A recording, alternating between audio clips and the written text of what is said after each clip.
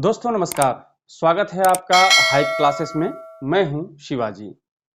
हमने पिछले कक्षा में YouTube के पिछले क्लास में आपको बताया था कि 67वीं बीपीएससी पीटी परीक्षा जो कैंसिल हो गया, जो 8 मई को आयोजित हुई थी, उसमें आधुनिक भारत के सवाल किस किस चैप्टर से आए थे। कुल हमने बताया था आपको कि जो सवाल पूछे गए थे 25 सवाल आधुनिक भारत के, वह किस किस चैप्टर से आया था। और मैंने आपको उस वीडियो में 67वीं बीपीएससी रीपीटी जो फिर से होना है और 68वीं बीपीएससी पीटी के लिए क्या रणनीति होगी आधुनिक भारत को लेकर, वह भी मैंने आपको समझाया था।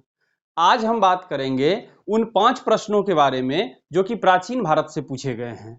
यानी कि 67वीं बीपीएससी द्वारा आयोजित जो 8 मई को परीक्षा थी जो कैंसिल हुई, उसमें 5 प्रश्न प्राचीन भारत के इतिहास से पूछा गया था। अब हम आपको आज समझाएंगे कि वो 5 प्रश्न किस किस चैप्टर से थे, और फिर मैं आपको यह भी समझाऊंगा कि आगामी जो परीक्षा होगी 67वीं बीपीएससी रीपीटी और 68वीं बीपीएससी की पीटी परीक्षा, उसमें कौन कौन सा चैप्टर प्राचीन भारत का आपके लिए महत्वपूर्ण होगा और उस चैप्टर के किस किस हिस्से को आपको अच्छे से कर लेना है, ताकि आप आराम से जो 5 सवाल पूछे जाते हैं, पहले भी पूछे गए हैं प्राचीन भारत से, वह आप आराम से बना सकेंगे। तो आइए सबसे पहले 67वीं बीपीएससी जो 8 मई को आयोजित हुई थी, उसमें जो 5 प्रश्न पूछे गए हैं उसको समझते हैं कहां कहां से पूछे गए हैं। एक प्रश्न पूछा गया है हड़प्पा काल से। हड़प्पा काल से एक प्रश्न पूछा गया है सवाल कि गुजरात से हड़प्पा काल के कौन से स्थल जुड़े हुए हैं, इस तरह का सवाल पूछा गया है। तो एक सवाल यहां से हड़प्पा काल से पूछा गया है। बौद्ध धर्म से 2 सवाल पूछे गए हैं। तो 2 सवाल, एक गया के बारे में पूछा गया है और एक प्रथम बौद्ध संगति के बारे में पूछा गया है। तो बौद्ध गया से और प्रथम बौद्ध संगति से यानी कि 2 सवाल पूछे गए हैं बौद्ध धर्म से। अब आइए तीसरा जो चैप्टर महत्वपूर्ण आपके इस एग्जाम के लिए था, वो था चोल साम्राज्य। चोल साम्राज्य के संस्थापक का नाम पूछा गया है, यहां से एक सवाल पूछा गया है। तो कुल मिलाकर 4 हो गए। और 5वां सवाल एक साहित्यिक रचना जो प्राचीन काल में किरात अर्जुनीय जो रचना है उसके बारे में पूछा गया कि उसके लेखक कौन थे। तो कुल मिलाकर जो है इस 4 चैप्टर से 5 सवाल पूछे गए हैं। आपके 4 चैप्टर से 5 सवाल पूछे गए हैं। लेकिन ये एकदम आइडियल नहीं है कि इस 4 चैप्टर को कर लेने के बाद सारे सवाल बन जाएंगे। आपको थोड़ा और विस्तार से करना पड़ेगा प्राचीन भारत, क्योंकि सवाल थोड़ा सा चेंज होता है। कुछ और चैप्टर को शामिल करना पड़ेगा और कुछ चैप्टर को छोड़ना पड़ेगा। तो अगर आप ऐसा करेंगे, मेरी रणनीति के साथ चलेंगे, तो आप आराम से जो 5 सवाल प्राचीन भारत के पूछे जाएंगे वह आप बना सकेंगे। तो आइए समझते हैं आगे की रणनीति क्या होगी हमारी 67वीं बीपीएससी रीपीटी और 68वीं बीपीएससी पीटी के लिए। प्राचीन भारत के सवाल आप कहां से बनाएंगे, कैसे पढ़ेंगे, किस चैप्टर का अध्ययन करेंगे। देखिए हड़प्पा महत्वपूर्ण होगा आपके लिए। पिछले एग्जाम्स को भी आप देखेंगे तो एक सवाल हड़प्पा से पूछे जाते हैं। वैदिक काल से सवाल नहीं पूछा जाता है, इसलिए इस चैप्टर को मैंने लिखा तो है, लेकिन ये प्रायोरिटी में सबसे नीचे जाएगा। यानी कि बाद में अगर आपके पास समय है तो आप वैदिक काल पढ़ लीजिए, नहीं है तो कोई बात नहीं है। सामान्य सवाल तो आपको पता ही होगा, तो सामान्य रूप से आपको जानकारी होनी चाहिए कितने वेद हैं, कौन सबसे पहले लिखा गया, क्रम क्या है। तो ये सब सवाल सामान्यतः जीके में भी शामिल है। तो आपको वैदिक काल को बहुत डिटेल में पढ़ने की आवश्यकता नहीं है, सवाल नहीं पूछे जाएंगे। तो ये आपके लिए ज़्यादा महत्वपूर्ण नहीं है। मैंने क्रम से लिखा है ताकि आपको यह भी समझ में आ जाए कि प्राचीन भारत के इतिहास का जो चैप्टर है उसका क्रम क्या है और किस किस को छोड़ते हुए आगे बढ़ना है। तो हड़प्पा काल को पढ़ना है, हड़प्पा काल से एक सवाल पूछे जाते हैं, पूछे जाएंगे। दूसरा जो महत्वपूर्ण चैप्टर है आपके एग्जाम के लिए वो है महाजनपद काल। 6ठी शताब्दी बीसी का जो समय है उसमें जो महाजनपद का उदय होता है, 16 महाजनपद, वह आपके लिए महत्वपूर्ण है। तो उसमें क्या महत्वपूर्ण है, उसमें 2-3 चीज ध्यान रखना है आपको। महाजनपद का नाम, उसकी राजधानी और वह महाजनपद किस राज्य में अवस्थित था, यानी कि उसका वर्तमान लोकेशन, वर्तमान जो भौगोलिक क्षेत्र है उस महाजनपद से जुड़ा हुआ, वो ध्यान रखना। तो 3 सवाल आपको सिर्फ याद रखना है। पहला सवाल आपको यह ध्यान रखना है कि महाजनपद का नाम क्या था, उस महाजनपद का क्षेत्र यानी कि उसकी राजधानी कौन सी थी, और तीसरा याद रखना है कि उसका भौगोलिक क्षेत्र कौन सा था वर्तमान राज्यों के हिसाब से। तो 3 तरह से आपको सवाल ध्यान रखने हैं, ठीक है। अब आइए जो तीसरा महत्वपूर्ण चैप्टर है आपके लिए, वह 6ठी शताब्दी बीसी का ही चैप्टर है और उस चैप्टर का नाम है जैन तथा बौद्ध धर्म। जैन और बौद्ध धर्म से सवाल निश्चित रूप से पूछे जाएंगे। 1 सवाल, 2 सवाल, 3 सवाल भी पूछे जा सकते हैं इस दोनों से। तो ये 2 जो है जैन धर्म और बौद्ध धर्म, इसको बहुत डिटेल में आपको पढ़ना है। जैसे मैंने बताया महाजनपद काल से 3 तरह के सवाल बन सकते हैं, तो ज्यादा आपको पढ़ना नहीं, लिस्ट देखना है सिर्फ। लेकिन नहीं, जैन और बौद्ध धर्म से थोड़ा डिटेल में सवाल पढ़ना है आपको। जैसे महावीर के जीवन को अच्छे से पढ़ना है, इधर गौतम बुद्ध के जीवन को अच्छे से पढ़ना है। इन दोनों के जीवन से ही सवाल पूछे जाते हैं, तो इन दोनों के जीवन को डिटेल में आपको पढ़ लेना है, समझ लेना है, क्योंकि दोनों का संबंध बिहार से है, इसलिए यह चैप्टर बहुत महत्वपूर्ण है आपके एग्जाम के लिए। महाजनपद में भी जो बिहार के महाजनपद हैं, 3 महत्वपूर्ण महाजनपद जो बिहार से जुड़े हुए थे, उसको आपको अच्छे से कर लेना है, तो ये आपके लिए महत्वपूर्ण होगा। फिर आइए, जो चौथा महत्वपूर्ण चैप्टर है वो है मौर्य काल। मौर्य काल का सीधा सीधा संबंध बिहार से था, इसलिए मौर्य काल से सवाल पूछे जाते हैं, खासकर अशोक से सवाल पूछे जाते हैं।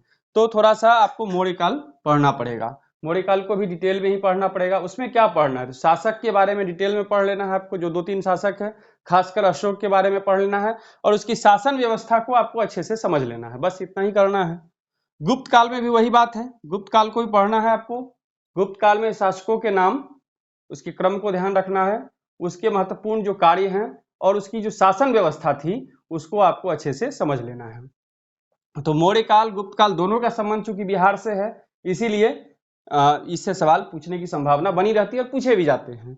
उसके बाद ये 2 चैप्टर जो है, 7वां और 8वां जो मैंने लिखा है, जो कि 6ठा और 7वां होगा आपके लिए तैयारी के हिसाब से, वो बेहद महत्वपूर्ण है। सवाल यहाँ से आते ही हैं, आएंगे ही।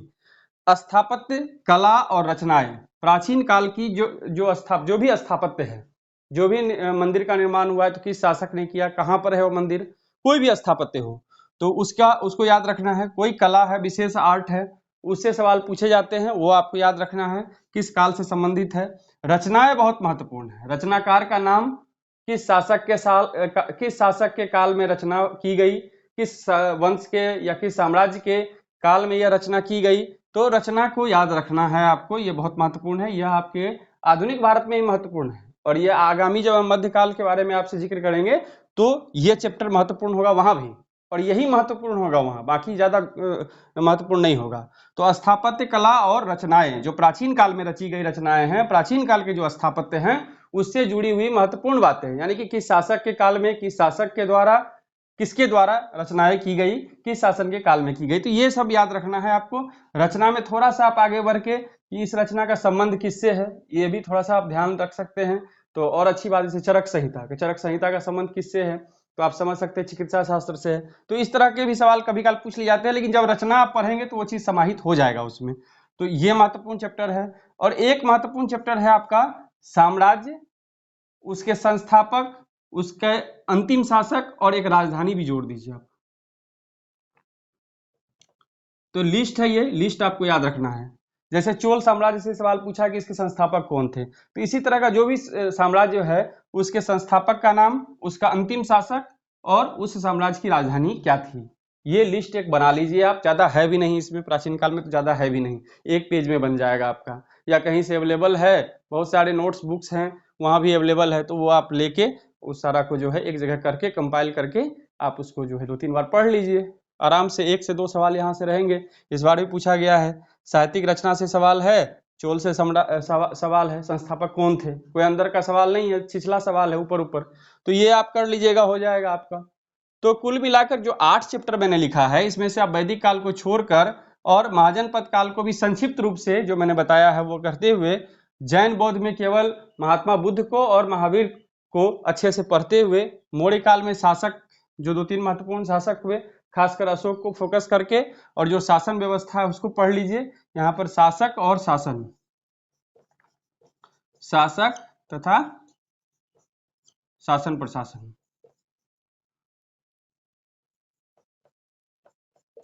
शासन प्रशासन, ये देख लीजिए आप यहाँ पे। वही सेम चीज यहाँ मौर्य काल के बाद गुप्त काल पर भी लागू होगा, शासक तथा शासन प्रशासन, ये आप देख लीजिए, ज्यादा कुछ करना नहीं है इसमें भी। स्थापत्य कला और रचनाएं, इसको आपको लिस्ट बना के याद करना है। साम्राज्य, इसके संस्थापक, अंतिम शासक और उसकी राजधानी, इसको भी लिस्ट बनाकर आपको याद करना है। इतना अगर आप कर लेते हैं तो ये 5 सवाल जो पूछे जा रहे हैं बार बार प्राचीन भारत से, ये 100% आपका बनना तय है। तो कुछ चैप्टर तो मैं करवाऊंगा ही आपको, जैसे बौद्ध जैन है, महाजनपद काल है, ये सब मैं करवाऊंगा आपको, मौर्य है, गुप्त है, ये लिस्ट भी मैं कोशिश करूंगा कि अवेलेबल करा दूँ आप लोगों को अपने यूट्यूब चैनल पे। तो दोस्तों आज मैंने सिर्फ आपको यह समझाया है कि प्राचीन काल के जो 5 सवाल पूछे गए 67वीं बीपीएससी में वह कहाँ से पूछे गए थे, किस चैप्टर से, और आगामी जो परीक्षा होनी है उसमें कौन कौन से चैप्टर्स प्राचीन काल के आपके लिए महत्वपूर्ण हैं। तो अभी हम लगातार रणनीति पर बात कर रहे हैं और रणनीति ही महत्वपूर्ण है। आपको बहुत पढ़ने की आवश्यकता नहीं है। क्वेश्चन को अगर आप देखेंगे माइन्यूटली, आपने विश्लेषण नहीं किया है सवालों का, मैं विश्लेषण कर रहा हूं सवालों का, इसलिए मैं सिर्फ रणनीति पे बात कर रहा हूं। रणनीति अगर आपकी मजबूत होगी तो बहुत कम समय में आप 1 महीना के अंदर पीटी के का जो सिलेबस है उसको तैयार कर लेंगे। तो तैयार करने से पहले आप तैयार हो जाइए, ये तैयार मैं आपको कर रहा हूँ, उसके बाद एग्जाम की तैयारी हम लोग करेंगे। तो ये रणनीति का जो क्लास लगातार चल रहा है इसको आप फॉलो कीजिए, हमारे हाइप क्लासेस के चैनल को सब्सक्राइब कीजिए, शेयर कीजिए और लाइक कीजिए। धन्यवाद।